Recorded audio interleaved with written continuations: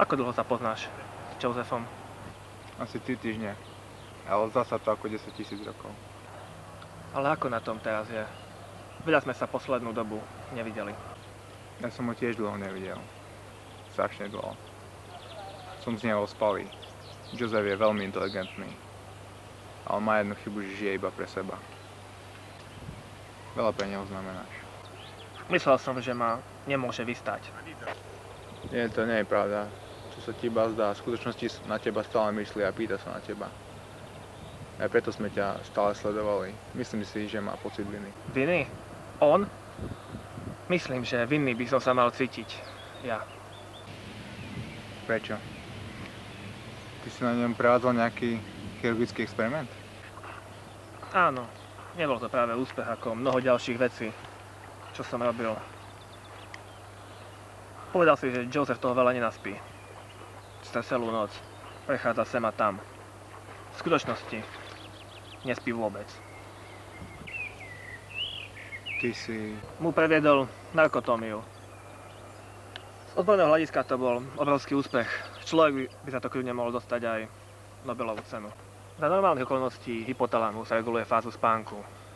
Dvíha prahové hodnoty vedomia. Aby sa nahromadené kapiláry uvoľnili a odpálujú sa z nich toxíny. Keď sa však uzavrú niektoré z riadiacich uzlov, telo nie je schopné obdržať spánkový podnet a kapiláry sa čistia pri vedomí. Cíti len dočasnú letargiu, ale tá za 4 hodiny prejde. Z fyzického hľadiska dostal Joseph 20 rokov naviac, ale duša si zrejme potrebuje odpočinúť. A zdá preto Joseph trpí tými búrlivými záchvatmi, ktoré ho ničia. Celý ten prípad bol tragický omyl. Myslel som si to. Tvoje články v neurochirurgickom časopise o pacientovi hovorili ako OK. Ako by to napísal Kafka. A ono sa to naozaj tak stalo. Asi odtiaľto navždy odídem. Dohľaď na Josepha. Nech dôjde na kliniku. Nech mu odstránia tie tkanivá, ktoré boli pri zásahu porušené. Skúsim to. Ale niekedy mám pocit, ako keby som bol len jeden z jeho bláznivých finálnych dokumentov. Akých dokumentov? Nepočul si o tom? Josephova konečná zbierka Homo sapiens. Freudové zobrané spisy. Automatický román. Spisy z norimberského procesu.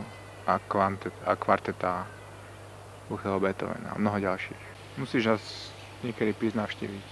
Joseph ti chce toho toľko ukázať. Práve dostal do rúk starú kópiu posledných signálov vyslaných z Mercury 7. Keď sa pred 20 rokmi dostali na Mars. Stále na to myslím. Spomínaš si na tú pôvodnú správu, ktorú zoznamenali pred svojou smrťou.